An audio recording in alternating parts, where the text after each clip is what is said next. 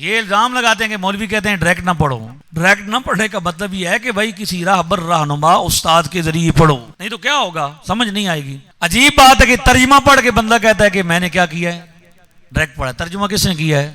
عالم دین نے کیا نا, مولوی نے کیا. کبھی کسی نے کہا کہ بھائی جانے کی ضرورت ہی کو نہیں ہے, اسکول بچے کو بھیجنے کی ضرورت کو نہیں ہے, ترجمہ پڑھ لیں گے خود حل کر لیں گے اور ڈگری حاصل ہو جائے گی.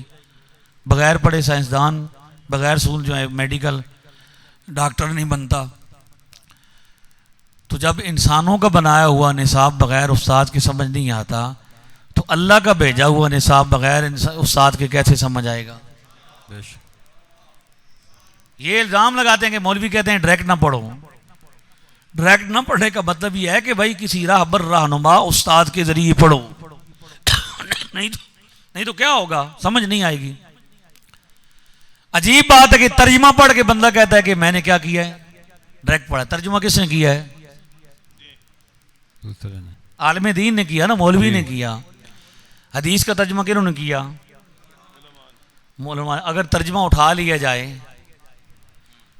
اور ڈائریکٹ پڑھایا جائے, میں نے تو کئی بچوں کو کہا ڈائریکٹ میں گود میں رکھتا ہوں قرآن, مجھے پڑھ کے دکھا.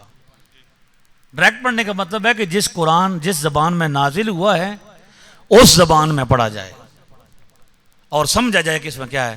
اچھا یہ بتائیے کہ مولویوں پر الزام لگایا جا رہا ہے کہ وہ ڈائریکٹ نہیں پڑھنے دیتے, ترجمے مولویوں نے کیے ہیں اور عالم دین کو ترجمے کی ضرورت بھی نہیں آتی. بے شک نہیں. تو ترجمہ کس کے لیے کیا ہے؟ عوام کے لیے, عوام الناس کے لیے. عجیب بات ہے کہ جو عوام کے لیے کر رہا ہے, محنت کر رہا ہے, اس نے کوشش کی. اعلیٰ حضرت عربی جانتے تھے, کنز الایمان شریف کا ترجمہ کیا تو کس کے لیے کیا؟ بارِ شریعت والوں نے بارِ شریعت لکھی تو کس کے لیے لکھی؟ عوام کے لیے, تاکہ عوام کو کچھ سمجھ آئے.